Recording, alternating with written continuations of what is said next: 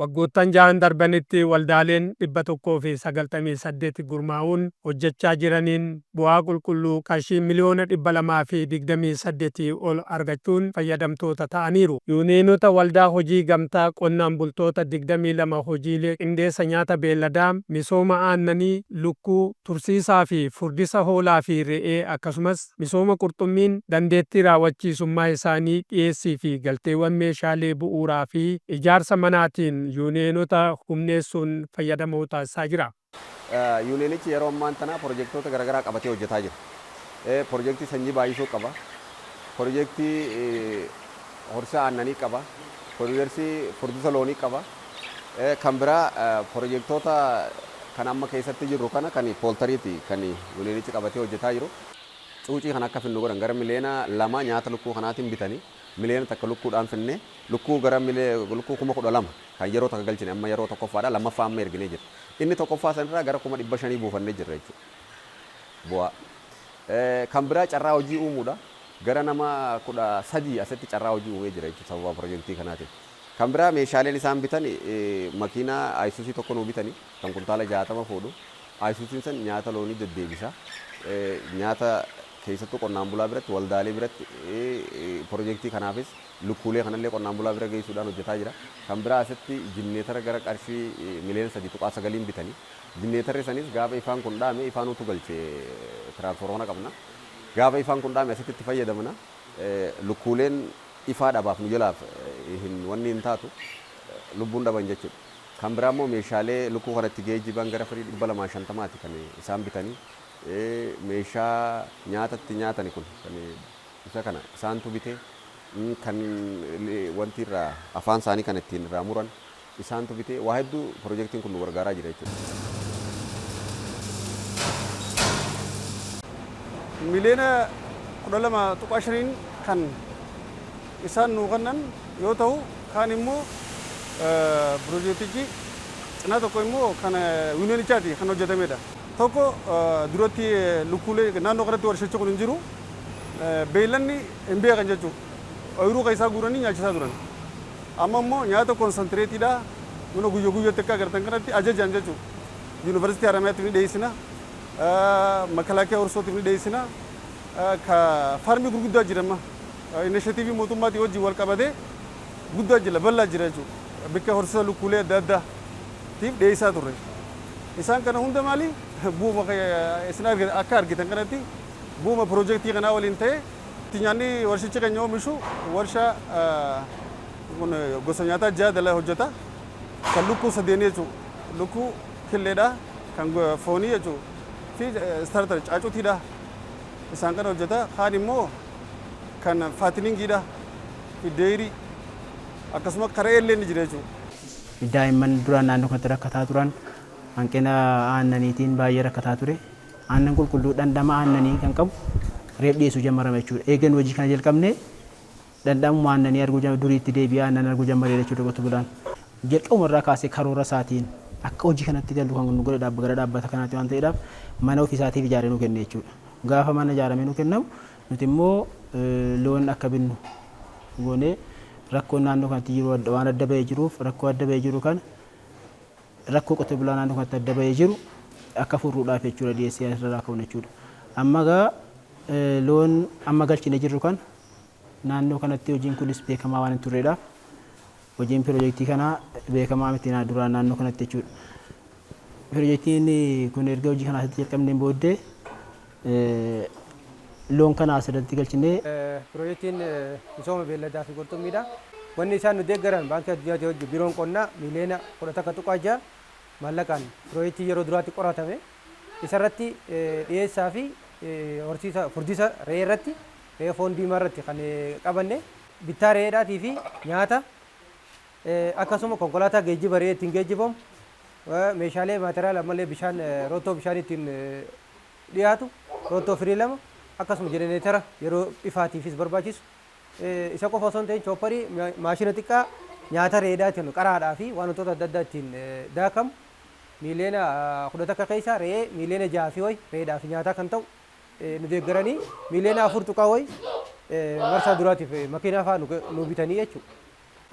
re'ee kana ji'a sadii keessatti qonnaan bulaarraa walitti hineeti wantoota bu'uuraa keessattuu aanaa horsiisee bulaa kanarra re'ee nyaata fooniitiif taatu bittaadhaan isaanirraa fuunee asitti naannoo kanatti furdisnee giddugala gabaatti dhiyeessaa ture. Amma yeroo ammaan tanaa kana re'ee marsaa lama dhiyeessinee jira. Marsaa lama dhiyeessinee marsaa sadaffaa re'ee ammaan tana agartan kana jechuudha. Marsaa duraa re'ee 107 binnee gaafa gurgurru nyaataa fi baasiilee hojjetaa isaan achirra jiran wajjin gaafa irraa qannas miliyoona tokko tuqaa lama kan bu'aa buusne jechuudha. Marsaa lamadaa dabalatee hanga ammatti miliyoona 3.9 kan ta'u bu'aa buusne fuula dura immoo kan itti deemaa jirru re'ee kana asumatti binnee asuma ammaatilee deebinee giddugalatti asin hotteedhaan dhiyeessuu daran qeeraadhaan qallee qeeraa dhaabnee jechuudha karaa biyya alatti foon vaaluu argoonee gurguruudhaaf jechuudha. Leenjii adda addaallee kennaa ture. Sana bira darbuudhaan amma manni isin agartan kun manni horsiisa saawwanii miliyoona 11tti baasuudhaan akka nuuf ijaaramee hojii jalqabnu nu taasisee jira. Mana kana cinaattis immoo manni boodallee kan baatanii alatti arguu dandeessan kan milk collection kan jedhamu bakkee aannanitti kuufamu, isolation room bakkee loon yoo dhukkubsatan keessa turanii fi crash bakkee loon yoo dhukkubsatan irratti marfee waraanaan yookaan yaalaman kana hunda nu ijaarsisee xumursiisee nu harkaan ga'uu isaatiin nuti immoo gara hojiitti akka seennuuf kaka'umsa nu ta'eera jechuudha. Aannan illee argannee qotee bulaa yookaan uummattoota naannoo kana warreen aannan argachuu hin dandeenyeef yeroo baay'ee daa'imni isaanii aannan argachuu hin dandeenyeef haga aannan baay'atee qaamota gurmaanii dhufan bira ga'utti aannan muraasni argamtu kun asumatti qotee bulaa yookaan namoota naannoof raabsamaa jirra. Kun bu'aa keenya waan irraa arganne. Hojii gama kanaan hojjetameen yuuniyoonota humneessuun alattis carraa hojii uumuus danda'eera. Hojii carraa hojii uumuu irratti immoo qaxarameen hojjetaa jira, bu'aa argataa jira achi keessatti. Walii galtee oomneeti qaxaramee as hojjechaa jira. Egaa qaxaramee immoo maatii keenya xiqqoo taatullee fooyyeessu barbaachisaa akka ta'e hubannee hojjechaa jirra. Yuuniyeeniin yeroo kana dhufee asitti iddaa hundaa'ee ijaarsa kana ijaaranii iddaa horiin galee booddee anis lafa kanatti dhufee ulaagaa barbaachisuun guutee galmaa'ee hojii kanatti galee carraa hojiillee argadhee fayyadamee jira. Ittaanee amma eddanii carraa hojii argadhee booddee maatii koollee kan hin geggeessu waan tokko tokko jireenya koo kan ittiin geggeessaa jiru kanumadha kanuma hojjedheeni innaa haala gaariidha. Carraan hojii kun ulaagaa isaan jedhanii waan guuteef dorgomeen argadhe. Amma immoo ittiin jiraachaa jira galii addaa yoo qabaachuudhaas baadhe ittiin jiraachaa jira. Gara fuulduraatti immoo qarooran qaba. Eesuufii hojii carraa nama dilaa fuumee jira. Iddoo itti gammannaa mindaa isaattis gammachuu qabnaa. Guddina eegas keessa jijjiirama bareedaa finne eegas keessa dhufne. Dargaggoota kolleejjii fi yuunivarsiitii garaagaraa irraa gosa barnoota ogummaa beelladaan eebbifamanii hojii dhabeeyyii ta'an guddisa cuucii lukkuu fi qindeessa warshaa nyaata beelladaa irratti gurmeessuun hojjechaa jiraniin galii isaanii guddifachaa jiru. Fayyaa beelladaatiin hin bayan. Fayyaa beelladaatiin hin bahe baradhee eebbifamee waggaa 4 mana taa'e asii piroojeektiin LFCD kun walitti nu qabee hojii nu oomee lukkuu cuucii guyyaa tokkoof hinneeti haga guyyaa ji'a tokkoof bultii 15 hanga ji'a 2 eegnee hawaasaaf qotee bulaadhaaf raabsaa jirra jechuudha. Deeggarsa bakka qaama hunda nu deeggara aanaan illee nu deeggara dhaabbanni kana hundeessa illee hammummaatti nu deeggaraa deddeebi'ee illee hamileedhaaf nu jajjabeessaa jira akka nuti itti horsiisaa jirru akka nuti itti hojjetaa jirru illee deddeebi'anii nu to'atu. Waan dogongorri jiraate illee nu sirreessu akkanatti hojjedhaa deeggarsaan illee amma nu biraan dhaabbanne jechaadha amma sadarkaa aanaatti. Manni kun nu ijaarame baasii lukkuu qofaa fi miliyoona 1.2 ramadame birriin. Miliyoona 1.2 ramadame cuucii 6,700 galfanne. Cuucii 6,700 galfanne amma bu'aan keenya baay'ee gammachiisaadha. Abdii guddaa nutti tolee jira. Abdii guddaa baay'ee nutti tolee jira. Isa bu'aan keenya qofti birrii 500 lafa kaa'anneerra. Hojii kana keessatti abdii guddaa qabna hin jijjiiramne jennee yaadna jechaadha. Amma erga gurmoofne nuti bakka hojii kana caalu akka hin jirre arginee mindaa fi harka namaa eeguu ofii teenya hojjennee bu'aa argamsiisuu qabna waan jaamusan qabatamaan agarree jechuudha. Jijjiiramni jiru baay'ee bareedaadha. Yeroo takkaffaatiif mana bilookii sadii qabna. Bilookii takka irratti 4,000 fi 517 galfannee turre. Isa gurgurree jira. Bilookii kanarratti immoo 2,183 galfannee isaas amma hanga takka irraa gurgurree hangi kun hafee jira. Sadarkaa kanarraa geenye jira. Bu'aan nuti argannellee baay'ee bareedaadha. Nu hangafee jechuun nuti amma carraa kana harkadhee as keessa seenuuf hedduun gammade. Hedduun bora piroojeektii kana nu deeggaree asii nu geellee hedduun galateeffadha. Lukkuu tana guddisnee raabsuu qabu osoo hin ta'in isuma lukkuu sanyii filatamaa ta'e bifa inkubeeshinii adda addaatiin asitti bilookii dabalataa ijaarree hawaasa keessaa fi naannoo qabu osoo hin ta'in gara biyyootti ollaa naannoo keenya jiraniif illee misooma lukkuu baay'inaan dhiyeessuudhaa fi karoora qabnaa jechuuti. Ijoolleen kun hojii dhabaa lafa taa'aa turanii namarra warrarra taa'aa turanii isaan kun amma hojii qaban guyyaa tartiiba isaanii asii dhufanii hojii kana raawwachaa oolu. Warri isaan gaggeessaallee hin jiru. Isaanillee fedhii guddoo fi kaka'umsa guddaa qabanii kanaa ol warra guddachuu barbaaduudha. Hojii bal'aadha naannoo kanarratti kan hojjenne. Kanaan dura nuti akka aanaa kanaatti gaafa hojiin piroojeektiin kun gaafa hojii eegalu daataa beezilaayin daataa qaba. Beezilaayin daataa sanarra dhaabannee gaafa teenyee hojii yeroo yeroodhaan hojii teenyee madaallu bu'aan mul'atu dhufee jira jechuudha. Amma fakkeenyaaf yeroo piroojeektii keenya kana jalqabnu bara 2011 aweernasii adda addaa godhaa turre bara 2012 garuu gara deeggarsaatti gallee lukkuu waan adda addaa iddoo biraatii binnee galchaafii turre jechuudha. Bishooftuu aanaa kanarra hin jiru. Namoonni akkanatti haala kanaan gurmaa'anii cuucii guyyaa tokko guddisanii cuucii foonii cuucii hanqaaquu dhiyeessuu danda'an hin jiran turan. Kanaaf aanaalee biraarraa deemnee bitaa turre bishooftuu magaalaa bishooftuu fa'irraa bitaa turre.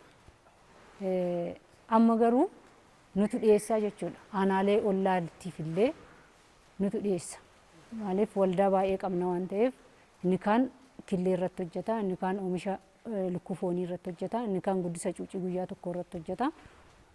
Kanaaf carraan amma jiru bal'aadha jechuudha. Akka aanaa kanaatti aanaa keenya kabar goonee aanaa keenyallee bira dabarfannee aanaa ollaallee tajaajilaa jirra. Dargaggoota sadarkaa yuunivarsiitiitti digiriidhaaf dippiloomaadhaan eebbifamanii bahan walitti gurmeessuudhaan carraan hojii as keessatti uumamee fi cuucii guyyaa tokko seensaniiti jechuudha. Cuucii guyyaa tokko erga guddisaniin booda iddoo biraa eessayyuu kam hin deemu jechuudha. Qonnaan bulaadhuma aanaa keenya keessa jirantu dhufanii fudhatanii mana isaaniitti boroo isaaniitti inisheetivii muummichi keenya qabatee jira akka biyyaatti isa kana milkeessuudhaaf yoo xiqqaate qonnaan bulaan tokko lukkuu 25 haga lukkuu 30 fudhatee qeesaa keessatti akka guddisuu danda'u.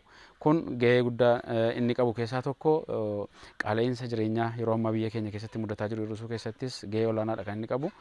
Aadaa sirna nyaataa uummata keenyaa jijjiiruu keessatti illee gahee olaanaadha kan inni qabu waan ta'eef waan gaariitu akka hojjetamaa jirudha jechuudha. Piroojeektii kanaan gama dargaggootaatiin as keessatti kan eegalame kun ijoolleen kun asitti kan gurmaa'anii hojjetan kun rakkoo gabaas hin qaban jechuudha. Rakkoo yaaddoo gabaas hin qabanii sababni isaa gaafa isaan cuucii isaanii guddisan guyyaa taa'ee jiruun waajirri qonnaan bulaa karaa hojjetaa misoomaatiin ganda isaaniitiin fedhii isaanii adda baasee akka misooma lukkuu kanarratti bobba'an kan godhamaa jiruu fi uummataaf carraan hojii kan uumamaa jirudha jechuudha. Dargaggoota yuunivarsiitii garaagaraatiin eebbifaman moodel viileej pooltirii kan jennuun gurmeessineeti. Inni kunis isaan lukkuudha kan isaan oomishanii. Lukkuu oomishan kana qonnaan bulaan naannoo sana jiru walitti gurmaa'anii lukkuu isaan oomishan kana immoo harkaa fudhatan jechuudha. Kanaaf giddugaleessa horsiisa lukkuu naannoo Oromiyaa jiranii fi giddugaleessa guddisa cuucii dargaggoota irratti gurmaa'an kana walitti hina isaan giddugaleessa kan Oromiyaa irratti kan isaan fudhatanii ofii isaanii guddisanii booddee immoo qonnaan bulaa naannootiif dhiyeessu jechuudha. So akkasittiinitu madda dhiyeessii naannoo sana jiru rakkoo isaa hiikuudhaaf irratti hojjetamaa jira. Fakkeenyaaf moodel viileej pooltirii tokko giroorsi tokko yoo qabaate giroorsiin sun qonnaan bulaa naannoo sana jiran 60 gurmeessee tokkoon isaa immoo lukkuu 25 fudhatee dhalaa 20 fi kormaa 5 akka ishee wal hundeessutti bifa kanaan kan hojii hojjetamaa ture jechuudha. Bifa kanaan kan ijaarree gara moodel viileej pooltirii 11 jechuudha hojii kana kan hojjechaa jiranii.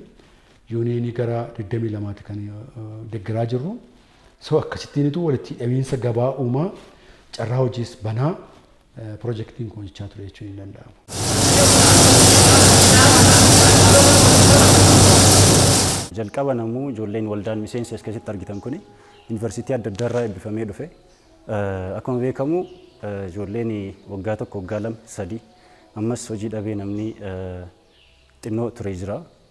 Sanumatitu sababa fedhii wal fakkaataatirraa kan ka'e garanatti biiroonni qonnaa Oromiyaa baankii addunyaa waliin ta'ee waldaa kana nu qindeessee asiin nu gahee jechuudha. Ammaan tana kan hojjechaa jirru yeroo kanatti nyaata lukkuu cucciitii jechuudha. Hanga baatii lamaati kan hojjechaa jirru jechuudha. Gosa amma nyaata hojjechaa jirru kana amma kan bultarii baatii takka hanga lama kan oomishu jirru kana giridaantii isaadhaan kan itti galchinu furushkaadha, faagulloodhaa fi meeziidha, nuukee, seewobiinidhaa fi akkas mittaayin ni jira, laayisiin illee jira. Jarreen kanatti fayyadamna jechuudha. Hanga kanatti fayyadamneetiti nyaata lukkuu ciccitii oomishu jirra jechuudha. Waldaan kun special cooperative isa normaalii miti. Ijoolleen kun hundumti isaanii kan eebbifamanidha. Special cooperative isa jedhamudha jechuudha. Kanaafuu akkuma maqaa keenyatti argamuu barbaanna. Wanti nurraa eeggamus isadha. Hawaasni naannoo kanaa fayyadamaa ta'uu qaba. Taargeettiin keenya guddaan hawaasa naannoo kanaatii fi yoo dandeenye ammas bal'achaa deemuu qaba jechuudha.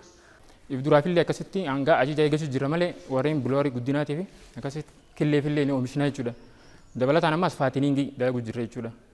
Warreen faatiniingii amma oomishnee jirra kan mul'atu kun irra guddaan faatiniingiidha. Kaan immoo ka cuucii ka pultariiti jechuudha.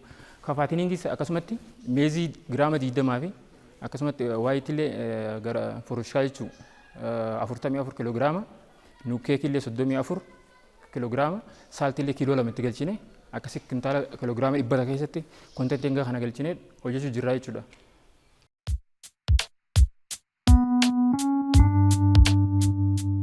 Giddugaleessa gabaa beelladaa jalqabaa hundeessuu, ijaaruu fi hojiitti galchuun hojjechaa tureen hawaasni fayyadamoo ta'aa jira. Kanaan dura sangoonni dallaa inni garasii caccabaadhas buraan isaa waan ta'eef horiin irree achi nu jalaa baduu danda'a. Erga asitti dallaan kun ijaaramee baay'ee nutti tole. Horiinis baay'ee galaa ture. Gabiin numtirree haala gaariidhaan gabbaramaa jira. Kanaaf nus ergasii nutti toleera. Haala gaariidhaan gurgurannee gallaa. Horiin nu jalaa badaa ture. Amma kanaa miti. Amma erga immoo dallaan kun nu ijaaramee wanno eddee bu'aa gaarii ani amma naggaadee ofi kiyyaaf jechuudha. Gabaa hundaan deema akka gabaan kun natti ta'ettu hin taane. Giddugaleessa magaalaa ture. Pilaanii magaalaallee giddugaleeffatee kan ijaarame osoo hin taane calluma jedhamee kan ijaaramaa ture ta'uu isaati. Haa ta'uuti sana keessatti jechuudha. Haa ijaaramu malee jechuudha. Dhiphaa ture jechuudha. Dhiphaa ture bakkichi. Bakka sana immoo jechuudha oolaanis re'eenis akkasuma kottee duudanis fardii fi harreen jechuudha. Akkasumas horiin bakka tokko ture jechuudha. Saadaan kee baay'ee dhiphaa ture. Kana wal qabatee jechuudha galii mana qopheessa irratti illee jechuudha dhiibbaa uumee jira jechuudha. Galii achiraa jiru galii gadaanaa ture jechuudha. Haa ta'uuti sana keessatti jechuudha ammas rakkoowwan adda addaa ture jechuudha. Giddugala gabaa waan ta'eef horiin illee gaafa achi keessaa horiin wareeree achi keessaa gaafa jechuudha nama irratti illee miidhaa adda addaa gaggeessaa ture. Haa ta'uuti piroojeektiin inni kun nu dhufee jechuudha. Piroojeektiin biiroo qonnaa Oromiyaatti jechuudha nu dhufee jechuudha. Deeggarsa kanaan nu ijaarame jechuudha. Waan guddaa fi waan nama ajaa'ibutu hojjetamee jira jechuudha. Keessumaa jechuudha. Lafti kun achitti gaafa ijaaramu tokkoffaa pilaanii magaalichaa bu'uureffatee kan ijaaramedha. Haa ta'uuti ijaarsaas yeroo gabaabaatti ijaaramee kan keessaa bahame hojiin itti eegaleedha jechuudha.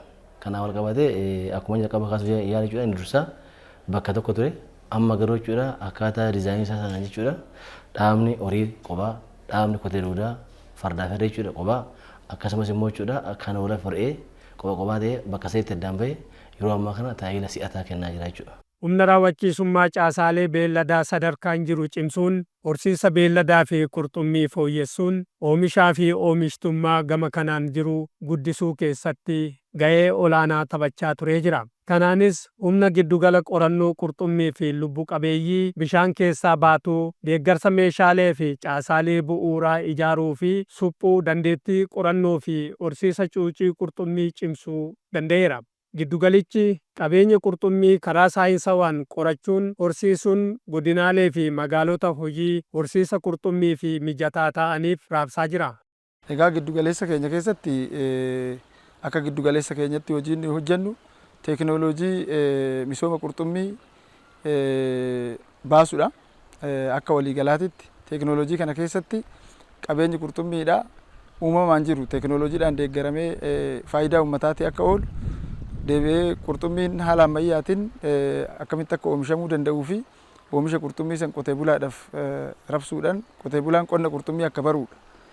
Walumaa galatti giddu galeessi keenya oomisha seektara qurxummiidhaa teekinooloojiidhaan deeggaruudha jechaadha. Kanaan dura waggoota dheeraadhaaf cuucii qurxummii 1,000 lakkaa'aman baay'isaas akkasumas raabsaas kan turre haa ta'u malee 2016-17 kana cuucii qurxummii miiliyoonaan lakkaa'amu baay'isnee uummata keenyaaf raabsaa jirra.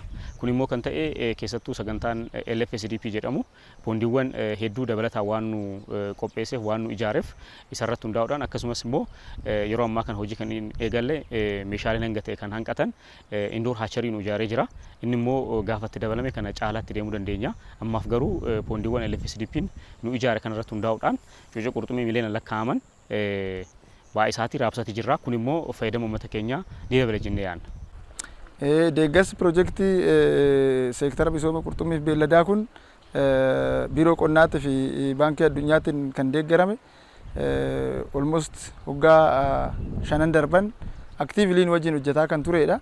Egaa wanti guddaan hojjetame dallaa kana keessatti qonna qurxummiiti irratti piroojeektichi seektara adda addaati irratti kan nu deeggare humna cimsuu infraastiraakchar bu'uura misoomaa diriirsuu dandeettii cimsuu irratti kan nu hojjete. Dura gaa eessarraa kan jalqabe piroojeektiin kuni 2012 akka lakkoofsa biyya keenyatti ijaarsa mana indoor haacharii mana keessatti bakkee cuucii qurxummiidhaa itti horsiisan mana kaaree meetira 300 bal'atu duratti isin argisiisan cuucii qurxummiidhaa mana keessatti yaasisuudhaaf ijaarsa mana saniitii irratti kan jalqabee jechaadha.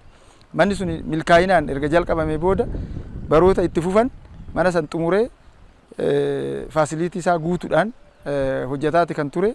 Ergasii gaa waggaa 2ffaa, waggaa 3ffaa, waggaa 4ffaa irratti jedhee erga mana san keessatti bakka cuuciin qurxummiidhaa itti horuu ijaare yaala poondii amma asitti haroo qurxummiidhaa bakka qurxummii itti baay'isan kana kaaree meetira 952 poondii gara poondii 10ti kuni kaaree meetira 950 kan jiru kana kan hojjetu. LFSDP'n cuucii qurxummii baay'isuu irratti akkasumas raabsuu keessatti poondiin ala immoo konkolaataa nu bitan jira, nu dabalan jira. Kanaafis galata guddaa qabna. Akkasumas immoo cuuciin qurxummiin bishaan barbaada. Bishaan kanaaf immoo akka oolu jenereetara nu bitanii jiru. Kaayyoon giddu galeessa keenya leenjii fi qorannoo walitti fidnee hojjechuu.